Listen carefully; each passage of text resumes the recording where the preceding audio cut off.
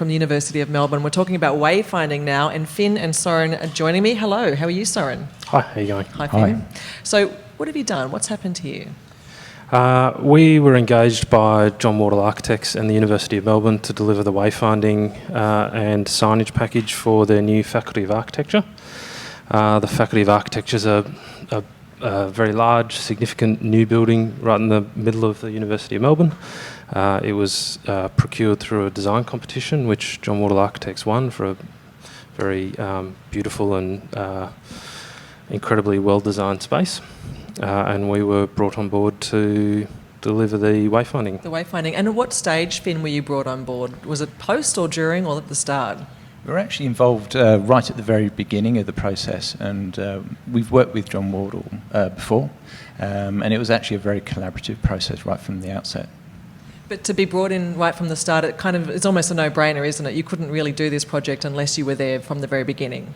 Yeah, it makes a huge difference, and it allows us to actually participate in some of the decision-making and working much more collaboratively. And one of the aspects that we managed to bring to the project was actually bringing on board some of the partners that we have at the University of Melbourne in terms of their spatial sciences, the guys working on within the spatial sciences, and we actually brought them in to help us develop syntax modelling that was enabling us to evaluate some of the spaces and how we could best respond to them. So what is it that you wanted to do in terms of best responding to the spaces in comparison to, say, perhaps how we might move around other universities? There are generally a lot of signs where you get a bit lost. It's one or the other. So Soren, tell me about that. Sure. So we had two key focuses, really. We had a very diverse user group, from students that had never been to site before to students using the site every day, to lecturers and academics in design and architecture who are obviously very well versed in design and architecture and sometimes the wayfinding signage, to people from industry that would have been using the building sporadically and didn't understand the space. So we had a very diverse user group that we needed to facilitate easy movement through the building. We needed to ensure that it was a legible environment for everybody. And we also needed to ensure that our signage didn't overwhelm or dominate or become too loud for the architecture, because it's an incredibly well designed and detailed space, and the signage really needed to sit very harmoniously. So we saw one of our challenges was to make it prominent and visible for people that needed it, but recessive and disappear for regular users. So they're kind of two competing agendas that we tried to balance. So, and also not too much signage either, so trying to find a way of kind of reducing the number of signs that are there. Tell me a bit about working with the client itself to get that, I suppose, to get your ideas across for them to sort of come over the line with you with what you were trying to achieve. I think you kind of touched on it there when you said that trying to reduce the amount of signage. So we really wanted to put just enough was enough for us. Yeah. And what is just enough? Just enough is really just positioning the information at the points of decision making.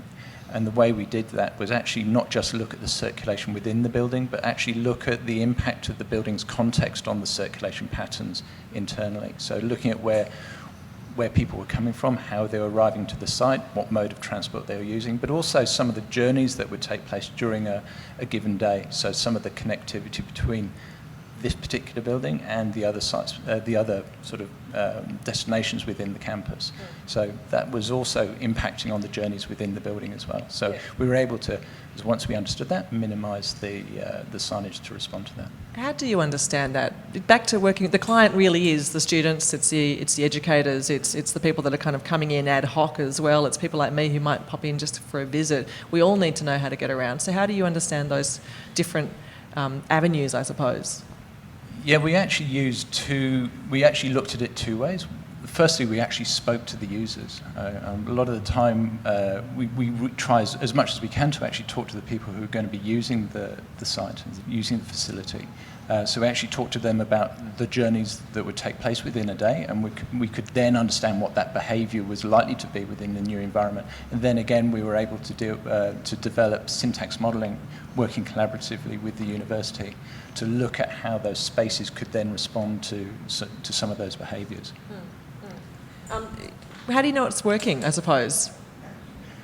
That's a very, yeah, absolutely. One of the best questions I'll ever ask. Absolutely. How do you know? It's tough with an environment that doesn't exist yet. When you're working on a new building, that's one of the questions, and it's one of the things that we're going to, well, hopefully we'll be able to get a chance to look at again when we're working with the University of Melbourne, and a post-occupancy evaluation in terms of wayfinding would be very interesting. But the feedback that we're getting at the moment is it's working very well. Usually for us on a project where there's considered to be a poor wayfinding outcome and we come on board to design new wayfinding, we're able to test the site before and then put in prototypes, test that before we implement our outcome, and that gives us really good measures to talk about percentage improvements. But as Finn mentioned, it was a new build, so it was all done using modelling and predicting behaviour. But and we haven't done a post-occupancy evaluation yet, but one of the easiest ways I find is to walk in afterwards and see how many people have stuck bits of paper up around, because usually what happens as soon as a new environment opens, you very quickly work out what doesn't work and people start putting... Oh, how do you feel when you see that up on a sign saying, go this way? If it was on our job, I'd be very upset. But if we've done our job right, which in this case I think we have, it doesn't happen. I mean, just beyond this, it might seem kind of simple, but your job is to improve how we move around and circulate through a space. If you can extrapolate from that, how, therefore, if that's successful, if we are, as users are happy, how then does that make the experience overall for a business or the company, or whatever, the organisation, Melbourne University, operate better, simply because people are moving through the space successfully? It largely depends on the client. When we work with an airport, it has a different implication to when we work with a university.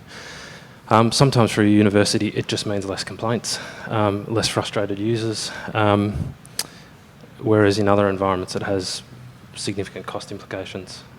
Working on hospitals, sometimes we get to test how much time they spent of their clinical staff assisting users, and then we put a time cost on that.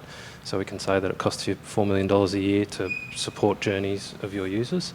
But a university doesn't send staff to help lost students.